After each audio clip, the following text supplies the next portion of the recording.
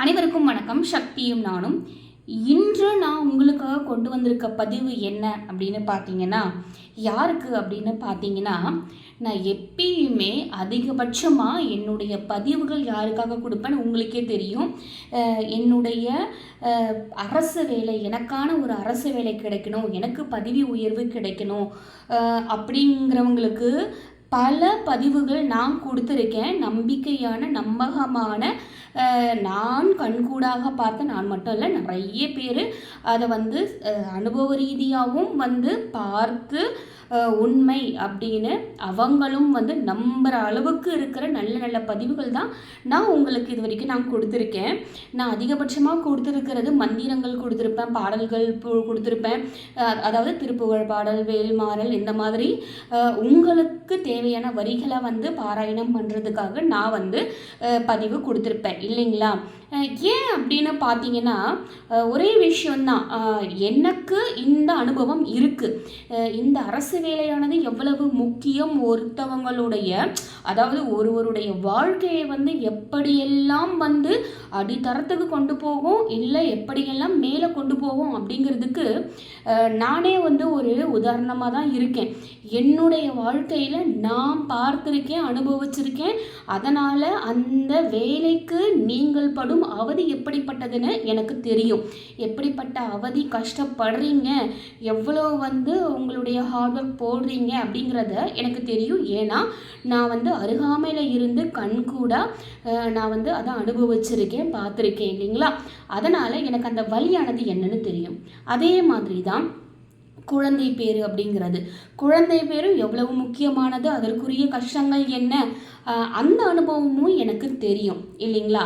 இது மாதிரி எனக்கு அனுபவ ரீதியாக தெரியும். அப்படிங்கிறதுனால தான் இதற்குரிய பதிவுகள், இதெல்லாம் பலன் தர பதிவுகளாக நான் உங்களுக்கு தேடி தேடி தேடி கொடுத்துட்ருக்கேன்.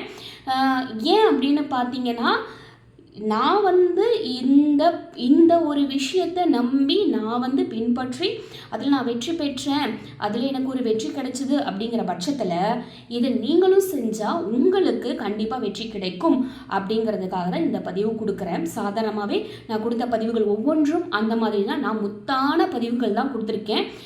கண்டிப்பாக பயனுள்ள பதிவுகள் நம்பி செஞ்சீங்க அப்படின்னா கண்டிப்பாக கைமேல் பலன் தரக்கூடிய பரிகார முறைகள், மந்திரங்கள், வழிபாடு முறைகளை தான் நான் உங்களுக்கு இது வரைக்குமே கொடுத்துருக்கேன். ஒன்று அதை நான் செஞ்சு நான் பலன் பெற்றிருப்பேன், அதாவது என் வாழ்க்கையில். இல்லை அப்படின்னா எனக்கு தெரிந்தவர்களோ வேண்டப்பட்டவர்களோ இதன் மூலயமா பலன் பெற்றிருப்பாங்க, அவங்க எனக்கு சொல்லியிருப்பாங்க, இல்லை நான் அவங்களுக்கு சொல்லியிருப்பேன். இந்த மாதிரி பலன் தரக்கூடிய விஷயங்கள் மட்டுமே நான் உங்களுக்கு கொடுத்துட்ருக்கேன். அதே மாதிரி நான் சொல்கிற எந்த ஒரு விஷயமும் கண்டிப்பாக உங்களுக்கு பொருளாதார ரீதியாக கஷ்டமாக இருக்காது. அதே மாதிரி உங்களுடைய உழைப்பு அதில் செலுத்தணுங்கிற வகையிலும் கஷ்டம் இருக்காது. நீங்கள் இதை ஒரு பாசிட்டிவான ஒரு கேடயம் மாதிரி பயன்படுத்திக்கலாம். இது போன்ற வழிபாடு முறைகள், பரிகார முறைகள் தான் நான் உங்களுக்கு இது வரைக்கும் கொடுத்துருப்பேன். இதே வகையில், இதே வரிசையில் ஒரு சக்தி வாய்ந்த முறை, ரொம்ப எளிமையானது தான். இது கைமேல் பலன் தரக்கூடியது. இதை நான் யாருக்காக கொடுக்குறேன் அப்படின்னு பார்த்தீங்கன்னா, 2 விதமாக இது நான் சொல்ல போகிறேன். ஒன்று யாருக்கு அப்படின்னு பார்த்தீங்கன்னா, கனவான அரசு வேலையோ, அல்லது நான் வெளிநாட்டுக்கு போகணுங்க அப்படிங்கிறதோ, இல்லை பதவி உயர்வு கிடைக்கணுங்க அப்படிங்கிறதோ, நிரந்தர வேலைன்னு ஒன்று கிடைக்கணுங்க அப்படிங்கிறதோ, எனக்கு நம்ம சேனலோட சப்ஸ்கிரைபர் சிஸ்டரும் கேட்டிருந்தாங்க, வெளிநாட்டுக்கு போகணும், என்ன செய்யணும் என்னோட கணவர் அப்படின்னுட்டு கேட்டிருந்தாங்க. அப்புறம் நீட் எக்ஸாம் நான் எழுதுகிறேன், நான் என்ன செய்யணும் சொல்லுங்கன்னு கேட்டிருக்காங்க. அதே மாதிரி ரயில்வே எக்ஸாம், இது மாதிரி நான் இதில் வெற்றி பெறதுக்கு என்ன செய்யணும், இந்த மாதிரி நிறைய கேட்டிருக்காங்க. அதற்கு நான் கேட்டதுக்கு நான் பதில் அவங்களுக்கும் கொடுத்துருக்கேன், அதையே ஒரு பதிவாகவும் உங்களுக்கு நான் கொடுத்துருக்கேன். அந்த வகையில் இன்று நாங்கள் தரக்கூடிய பதிவும் மிகவும் எளிமையான, நம்பகமான, சக்தி வாய்ந்த பதிவு தான். மன மகிழ்ச்சியோடு நீங்கள் செய்வீங்க. நீங்கள் செய்கிறதுனால நிறைய பேர் மனம் மகிழ்வாங்க. அந்த மாதிரி ஒரு பதிவை தான் நான் இப்போ உங்களுக்கு கொடுக்க போகிறேன். இது நீங்கள் வழிபாடு முறைன்னு எடுத்தாலும் சரி, பரிகார முறைன்னு எடுத்தாலும் சரி, கைமேல் பலன் தரக்கூடியது. நம்ம சேனலை சப்ஸ்கிரைப் பண்ண உங்கள் எல்லோருக்குமே நன்றி. சப்ஸ்கிரைப் பண்ணாதவங்க சப்ஸ்கிரைப் பண்ணிக்கோங்க. அப்போ தான் நல்ல நல்ல பதிவுகள் நம்ம சேனலில் உங்களை தேடி வரும் என் மூலயமா. சாதாரணமாக நான் ஒவ்வொரு பதிவும் கொடுக்கும் பொழுது இந்த நேர கணக்கை நான் பார்க்க மாட்டேன். ஏன் அப்படின்னு பார்த்தீங்கன்னா, தெளிவாக எந்த விஷயமும் விடுபட்டுறக்கூடாது. அதாவது உணர்வு பூர்வமாக நான் கொடுக்குற பதிவுகள் ஒவ்வொன்றும் நேர கணக்கை பார்க்காம தான் நான் கொடுத்துருப்பேன். அதற்கு என்னை மன்னிச்சிருங்க. இவ்வளவு லென்த்தாக வீடியோ போடுறீங்க அப்படின்னு தயவு செஞ்சு தப்பாக நினச்சிக்காதீங்க. நான் உணர்வு பூர்வமாக சொல்கிறேன். அதனால் அந்த நேர கணக்கை நான் எடுக்க மாட்டேன். இனிமே என்னால் முடிஞ்ச வரைக்கும் நேரத்தை குறைச்சி உங்களுக்கு பதிவை விளக்கமாக கொடுக்க பார்க்குறேன். நான் எல்லோருக்கும் தெளிவாக புரியணுங்கிறதுக்காக நேரத்தை எடுத்துக்கிற மாதிரி இருக்குது. இல்லை என்னோடய அனுபவங்களை சொல்கிறது மூலயமா நேரத்தை எடுத்துக்கிற மாதிரி இருக்குது. எதுவாக இருந்தாலும் உங்களுக்கு பலன் தரணும் அப்படிங்கிறதுக்காக தான் நான் செஞ்சுருக்கேன். இது வரைக்கும் அந்த மாதிரி ஏதாவது உங்களுக்கு தப்பாக தெரிஞ்சிச்சு அப்படின்னா தயவுசெய்து என்னை மன்னிச்சிருங்க. இனிமே நேரம் சுருக்கியே நான் உங்களுக்கு பதிவை தரேன். சரிங்களா? வாங்க பதிவுக்குள்ளே போகலாம். இது என்ன அப்படின்னு பார்த்தீங்கன்னா, இந்த முறையை நீங்கள் எப்போ செய்ய போறீங்கன்னா, ஒவ்வொரு பிரதோஷமும், அதாவது வளர்பிறை தேய்பிறை 2 பிரதோஷங்கள் வரும் இல்லையா? இப்படி மாதம் வர இந்த வளர்பிறை பிரதோஷம் தேய்பிறை பிரதோஷம் இந்த 2 பிரதோஷத்துலையும் சாதாரணமாகவே நான் உங்களுக்கு சொல்லியிருப்பேன், தோஷத்தை தீர்க்கிறது தான் பிரதோஷம். அதனால் அந்த பிரதோஷ வழிபாட்டில் நீங்கள் கலந்துக்கிட்டீங்கனாலே அது ஒரு நல்ல பலனை தரும். நீங்கள் முழுக்க முழுக்க இருந்து பார்க்கணுன்ற அவசியம்லாம் கிடையாது. நிறைய பேருக்கு நேரம் இருக்காது. அரசு வேலைக்காக முயற்சிக்கிறவங்களா இருந்தாலும் கண்டிப்பாக நீங்கள் வேறு ஏதாவது ஒரு வேலையை செஞ்சுட்டு இருப்பீங்க. அதனால் உங்களுக்கு நேரம் தோதுபட்டு வராது. அப்படிங்கிற பட்சத்தில் ஒன்றும் பிரச்சனை இல்லை. நீங்கள் ஒவ்வொரு பிரதோஷமும் கோவிலுக்கு போயிட்டு பிரதோஷம் நடக்கிற நேரத்தில் நீங்கள் அங்கே இருக்கிற மாதிரி பார்த்துக்கோங்க. போயிட்டு நீங்கள் கோவிலை சுற்றிட்டு வந்தால் கூட ஒன்றும் பிரச்சனை இல்லை. ஆனால் அந்த நேரத்தில் நீங்கள் இருக்கிற மாதிரி பார்த்துக்கோங்க. இதில் நீங்கள் என்ன செய்யணும் அப்படின்னு நான் சொல்கிறேன். அதாவது ஒரு பென்சில் பாக்ஸ் வாங்கிக்கோங்க. பென்சில் பாக்ஸ்னால் பென்சில் இருக்கும் இல்லையா, அந்த ஒரு டப்பா வாங்கிக்கோங்க ஒவ்வொரு பிரதோஷத்துக்கும். உங்களுடைய இஷ்டம் தான். நீங்கள் எந்த விலையில் வேணால் வாங்கலாம். எனக்கு தெரிஞ்ச வரைக்கும் 50 ரூபாயில் இருந்து 45 ரூபாயில் இருந்தே கிடைக்குது. ஒரு பாக்ஸில் ஒரு 10 பென்சில் அந்த மாதிரி இருக்கும்னு நினைக்கிறேன். நீங்கள் அந்த மாதிரி வாங்கிக்கோங்க. வாங்கிக்கிட்டு நீங்கள் என்ன செய்யுங்க அப்படின்னா, நேராக கோவிலுக்கு போயிடுங்க. பிரதோஷத்தன்னைக்கு முடிகிற நேரமாக இருந்தாலும் சரி, நடுவில் நேரமாக இருந்தாலும் சரி, அது உங்களுடைய இஷ்டம்தான். பார்த்து அதுக்கேற்ற மாதிரி நீங்கள் செஞ்சுக்கோங்க. போயிட்டு ஒன்றும் இல்லை, அங்கே சின்ன பசங்க வருவாங்கல்ல, பள்ளி படிக்கிற பருவத்தில் இருக்கிற பசங்க வருவாங்கல்ல, உங்கள் கையால் நீங்கள் அவங்களுக்கு ஒரு பென்சிலை கொடுங்க. ஒருத்தருக்கும் ஒரு பென்சிலை நீங்கள் கொடுங்க. இது ஒரு நல்ல பலனை தரும். அதாவது கொடுக்கும் போது நீங்கள் சொல்லிக் கொடுங்க. இப்போ நீங்கள் யாராக இருந்தாலும் அண்ணா அக்கா யாராக இருந்தாலும், அண்ணா எக்ஸாமில் பாஸ் என்ன சொல்கிறா அப்படின்னு சொல்லிட்டு நீங்கள் சொல்லி கொடுங்க. அவங்க வாயால் அதை சொல்லுங்கள். அந்த கோவிலில் சின்ன பசங்க அதாவது குழந்தைன்னா நான் பள்ளிக்கு போகிறது அப்படிங்கிறது வகையில் நான் சொல்கிறேன். பள்ளிக்கு போகிற பசங்க யாராக இருந்தாலும் சரி, ஆண் பெண் குழந்தை யாராக இருந்தாலும் சரி, அவங்களுக்கு நீங்கள் ஒரு பென்சிலை கொடுத்து நீங்கள் இந்த மாதிரி கேளுங்க. அக்கா எக்ஸாமில் பாஸ் ஆயிடுன்னு சொல்கிறா, அக்கா எக்ஸாமில் பாஸ் ஆயிடுவேன்னு சொல்கிறா அப்படின்ட்டு, அங்கிள் எக்ஸாமில் பாஸ் ஆயிடுவேன்னு சொல்லுப்பா அப்படின்னு சொல்லிட்டு நீங்கள் சொல்லுங்கள். அவங்க வாயால் சொல்லுங்கள். நீங்கள் கொடுத்துட்டு அதை சொல்லுங்கள். இது மாதிரி நீங்கள் செய்யுங்க. இது ஒரு கோவிலில் ஒரு சாதாரணமாகவே கோவில்களில் நடக்கிற ஒவ்வொரு விஷயமும் பாசிட்டிவான வைபை க்ரியேட் பண்ணக்கூடிய விஷயங்கள். ஓகேங்களா? அதே சமயம் அங்கே ஒலிக்கிற அந்த மணி யோசையாக இருக்கட்டும், அங்கே ஒலிக்கிற வார்த்தைகளாக இருக்கட்டும், நம்ம கேட்குற வார்த்தைகள், மந்திரங்கள் எல்லாமே அங்கே பாசிட்டிவான ஒரு வைபை க்ரியேட் பண்ணுற இடமாக தான் இந்த கோவிலானது இருக்கும். அதுவும் பிரதோஷம் காலத்தில் பிரதோஷ வழிபாடு செய்யும் பொழுது எப்படின்னு பார்த்தீங்கன்னா, மந்திரங்கள் ஓதப்படும். மந்திரங்கள் எக்கச்சக்கமான மந்திரம் ஓதப்பட்டு, திருமந்திரம் அந்த மாதிரி ஐயனுடைய மந்திரங்கள் அனைத்துமே பாடப்பட்டு மணி ஒளியுடன் அங்கே அவங்கள அழைக்கிற மாதிரி. அதாவது உங்களுக்கே தெரியும், நந்தி பகவான் வழிவிட்டால் தான் சிவபெருமானையே பார்க்க முடியும். அப்படிப்பட்ட நந்தி பகவானுக்கு செய்கிற வழிபாடு முறை தான் இந்த பிரதோஷ வழிபாடு முறை.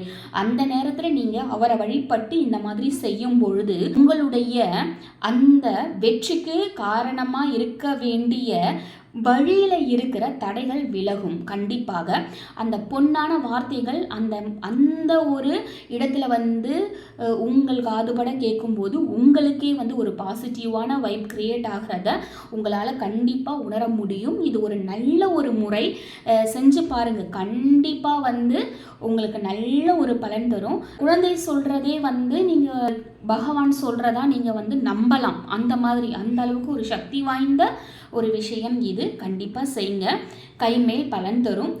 ஒவ்வொரு பிரதோஷத்துக்கும் இந்த மாதிரி செய்யுங்க, சரிங்களா? அதே ஒரு குழந்தைக்கு கொடுக்கும்போது இன்னொரு குழந்தை வந்து கேட்குறப்போ இல்லைன்னு சொல்லாத அளவுக்கு பார்த்துக்கோங்க. எனக்கு தெரிஞ்ச வரைக்கும் அதிகபட்சம் வந்து அதிகமான சிறுவர்கள் வந்து இந்த பிரதோஷத்துக்கெலாம் வந்து வழிபாடு முறைக்கு வருவாங்களான்றது எனக்கு சந்தேகம். பெற்றோர்களோட குழந்தைகளாக தான் இருப்பாங்க. அதனால் அதுக்கு ஏற்ற மாதிரி நீங்கள் பார்த்துக்கோங்க. ஒரு முறை நீங்கள் பார்த்துக்கிட்டிங்கனாலே உங்களுக்கு கணக்கு புரிஞ்சிடும், எத்தனை பென்சில் வாங்கிட்டு போகலாம் அப்படின்னு சொல்லிட்டு. அது மாதிரி செய்யுங்க. பென்சில் வாங்கி கொண்டு போயிட்டு கொடுங்க, சரிங்களா? அதே மாதிரி உங்களுக்கு வெற்றி கிடைச்சிடும். வெற்றி கிடைச்சதுக்கு அப்புறமும் கூட நீங்கள் இந்த முறையை வந்து விட்டுடாதீங்க. விடாமல் உங்களால் முடிஞ்ச வரைக்கும் ஒரு பிரதோஷத்துக்காகாவது போயிட்டு இந்த விஷயத்தை நீங்கள் வந்து செய்யுங்க. அப்போ நீங்கள் வந்து கொடுக்கும் பொழுது நன்றி சொல்லி கொடுங்க. அவங்களுக்கு ரொம்ப நன்றி அப்படின்னு சொல்லி பென்சிலை கொடுங்க. இது நடக்கும் பாருங்கள். இதை நீங்கள் எனக்கு கிடைக்கணும்னு வேண்டிக்கோங்க அப்படின்னு சொல்லி நீங்கள் கொடுக்கறது அவங்க கண்டிப்பாக வந்து குழந்தைகள் வந்து தெய்வத்துக்கு சமம். அவங்க சொல்கிற வாய்மொழியானது தெய்வ வாக்காகவே அமையும். அப்படி உங்களுக்கு வெற்றி கிடைத்ததுக்கப்புறம் நீங்கள் உங்களுக்கு நன்றி சொல்கிற விதமாக தான் திரும்ப அதை கொடுத்து நீங்கள் நன்றி சொல்கிறீங்க, சரிங்களா? அடுத்து நான் யாருக்கு சொல்ல போகிறேன் அப்படின்னு பார்த்தீங்கன்னா, இதே மாதிரி தான் குழந்தை வரம் வேண்டி எவ்வளவோ வேண்டுதல்கள் நம்ம செய்கிறோம், எவ்வளவோ பரிகாரங்கள் செய்கிறோம், எல்லாமே செய்கிறோம்.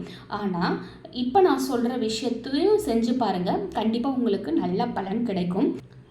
அதே பிரதோஷம் அன்று டைமண்ட் கற்கண்டு வாங்கிக்கோங்க. நீங்கள் ஆணாக இருந்தாலும் சரி, பெண்ணாக இருந்தாலும் சரி, டைமண்ட் கற்கண்டு சின்னதாக இருக்கும் இல்லையா, அதை நீங்கள் வாங்கிக்கோங்க.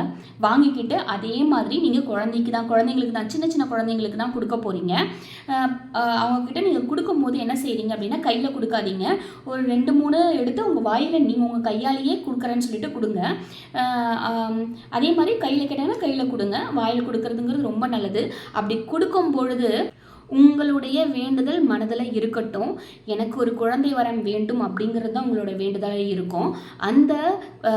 அந்த வேண்டுதல் உங்கள் மனதில் இருக்கட்டும். இருந்துக்கிட்டு அடுத்த வருடம் உனக்கு நான் நன்றி சொல்லுவேன் அப்படின்னு சொல்லி அவங்களுக்கு கொடுங்க, சரிங்களா? நீங்கள் வந்து யாராக இருந்தாலும் சரி, உங்களை ஒரு உறவுமுறை சொல்லுங்கள். உறவுமுறை சொல்லி அவங்க வாயில் அந்த கற்கண்டை போட்டு அடுத்த வருஷம் உனக்கு நான் நன்றி சொல்லுவேன், சரியா அப்படின்னு சொல்லுங்கள். கண்டிப்பாக அவங்க சொல்லுவாங்க, அங்கிள் உனக்கு நான் அடுத்த வருஷம் தேங்க்ஸ் சொல்லுவோம், ஓகேவா அப்படின்னு சொன்னீங்கன்னா, ஓகே அடுத்த வருஷம் நீங்கள் எனக்கு தேங்க்ஸ் சொல்வீங்க அப்படின்னு அந்த குழந்தைய திருப்பி சொல்ல வைங்க. அவங்க சொல்லட்டும். இது மாதிரி நீங்கள் செய்யுங்க. இது ஒரு நல்ல பலனை தரும். நம்பிக்கையோட அடுத்த வருஷம் இந்த நேரத்தில் என்னோட பிரச்சனை தீர்ந்திருக்கும் அப்படின்னு நம்பிக்கையோட, முழுக்க பாசிட்டிவான ஒரு நம்பிக்கையோட, மனம் முழுக்க அந்த எண்ணம் தான் உங்களுக்கு இருக்கணும். அதனோட நீங்கள் இந்த விஷயத்தை செஞ்சு பாருங்கள். கண்டிப்பாக உங்களுக்கு பலன் கிடைக்கும். இன்று செய்யணுமா, ஒரு நாள் செய்யணுமா அப்படின்லாம் நீங்கள் கேட்டீங்க அப்படின்னா, நான் அடுத்து உங்களுக்கு சொல்கிற விஷயம் எப்பயுமே இதுதான். நாள் கணக்கு அதெல்லாம் பார்க்காதீங்க. அடுத்த வருஷம்னு சொல்லியிருக்கோம் இல்லையா, கண்டிப்பாக அடுத்த வருஷம் நீங்கள் அந்த பதவியிலேயோ அல்லது அந்த தாய்மையோ அல்லது தந்தை என்கிற ஒரு வரத்தையோ நீங்கள் பெற்றிருப்பீங்க. கண்டிப்பாக பெறுவீங்க. நீங்கள் வந்து இத்தனை நாள் அத்தனை நாள்லாம் கணக்கு பண்ணாமல் போங்க. ஒவ்வொரு பிரதோஷத்துக்கும் போயிட்டு இந்த வேலையை நீங்கள் செய்யுங்க. இது இன்னும் நீங்கள் விரதம் இருந்து செஞ்சீங்கன்னா நல்ல பலனை தரும். உங்களால் முடியும் அப்படிங்கிற பட்சத்தில், முடியாது அப்படிங்கிற பட்சத்தில் நீங்கள் வந்து ஒரு வேளை உணவு எடுத்துக்கிட்டும் நீங்கள் வந்து இதை செய்யலாம். பிரதோஷம் முடித்து அங்கே கொடுக்குற பிரசாதத்தை சாப்பிட்டுட்டு வந்து நீங்கள் விரதத்தை முடிச்சுக்கலாம். இந்த மாதிரி பண்ணுறது எல்லாமே உங்களுடைய விருப்பம். இந்த பதிவை முழுசாக பார்த்து உங்கள் அனைவருக்குமே நன்றி. கண்டிப்பாக பயனுள்ளதாக இருக்கும்னு நினைக்கிறேன். இதை நான் சொல்லும் பொழுதே உங்களுடைய மனதில் யார் தோன்றுறாங்களோ கண்டிப்பாக அவங்களுக்கு வந்து நீங்கள் ஷேர் பண்ணிங்கன்னா அவங்க இதன் மூலியமாக பயன்பெறுவாங்க. அதனால் உங்களுக்கு தான் அந்த நல்ல ஒரு புண்ணியமான ஒரு விஷயம் வந்து சேரும். கண்டிப்பாக வந்து நடக்கும். கண்டிப்பாக சொல்கிறேன், நடக்கும். நம்பிக்கையோடு செய்யுங்க. இந்த பதிவை பார்க்குற நீங்கள் ஒரு லைக் கொடுத்தீங்க அப்படின்னா கண்டிப்பாக இது நிறைய பேருக்கு போய் சேரும். அதனால் லைக் கொடுங்க. நிறைய பேருக்கு போய் சேரட்டும், நிறைய பேர் பலன் பெறட்டும். நன்றி. ஓம் முருகா.